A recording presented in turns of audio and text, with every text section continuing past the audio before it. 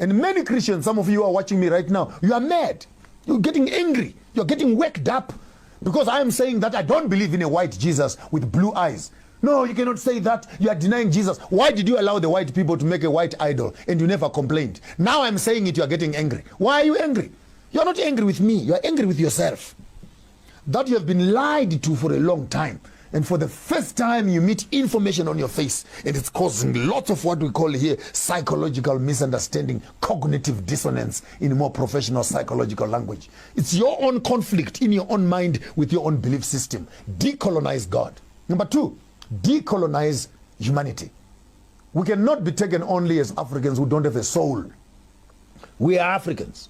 We are Al-Kebalam. We are Bantu. And for this reason, when they tell us that you are slaves, you are less than nothing. Africans are animals. Africans are this. Africans are this. This dehumanizes us. And if we are to use the Bible as a text, it says we are created in the image of God. And if therefore we are animals, then God is an animal also.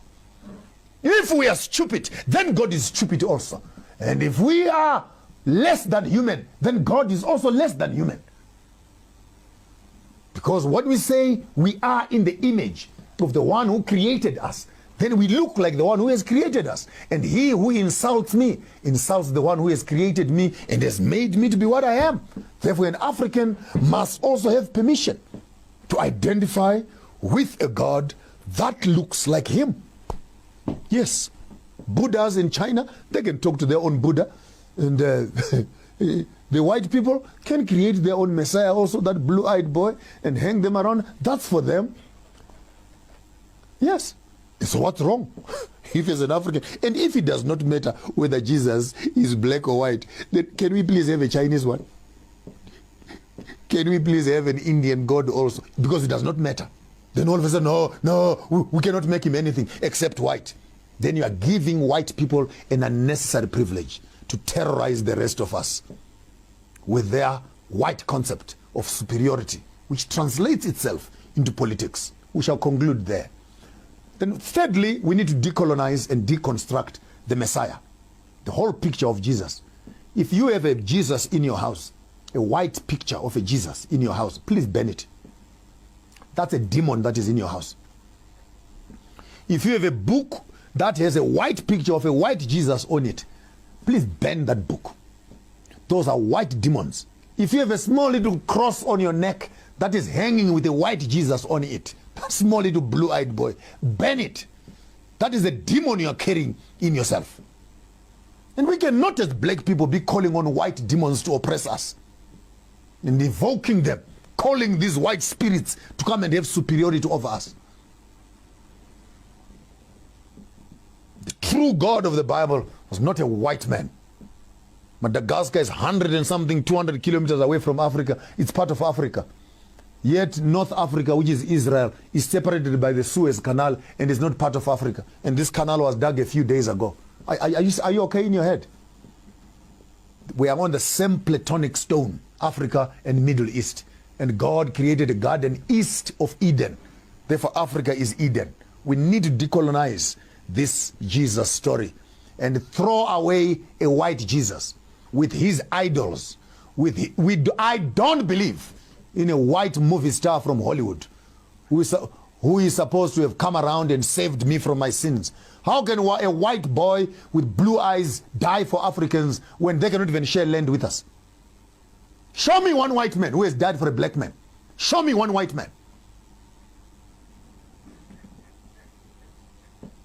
25 million people dead in the sea on their way to America for slavery. 15 million people dead in Congo.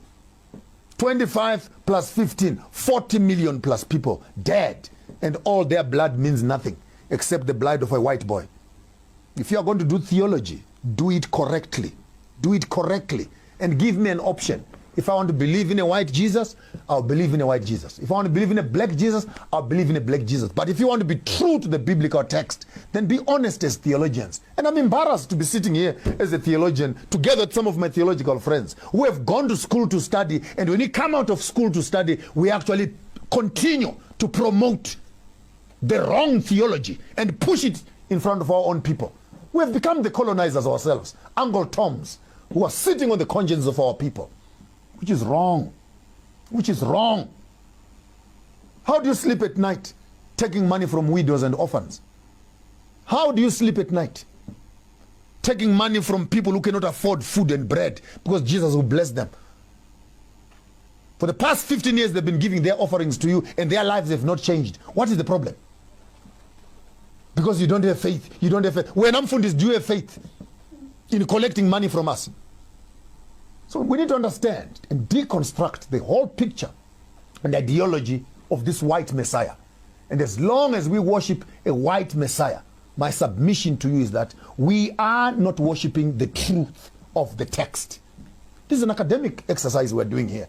If you want to be true to the text, please, I bought a can of Coke. Can I drink the Coke? Can I drink the Coke? Don't tell me just drink as long as you are drinking. I said I want Coke. Therefore, remove the unnecessary iconography. And when you get more academic and you study the Kemetic religion to find that issues of the Trinity, the Mother and Son, all these things are actually way found in Kemet before even the Bible was written. And the Kemetic history is older than the Bible. Then I leave to you who are academicians. Since Jesus grew up in Egypt, when he came back to teach them after 12 years, from which school was he coming from and who had taught him? That's for you who are more advanced in your spaces of study to now to do a comparative study between the biblical text and Kemetic text and see the similarities and authenticate which one is older than the other. Then position your theology correctly. That's what life is all about.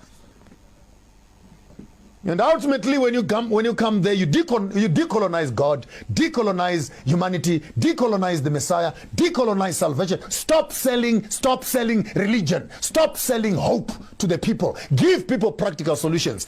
Buy farms. How do you buy a factory and then convert it into a church and people come inside and they're praying for employment? Buy the factory. Create jobs. Then from the money from the factory, you can build a church. That's common sense. We need to deconstruct, decolonize the church. And we stop being centers of embarrassment, centers of shame, centers of debauchery, centers of mischief, centers of licentiousness, centers of witchcraft, centers of perjury, and centers of corruption in the name of religion.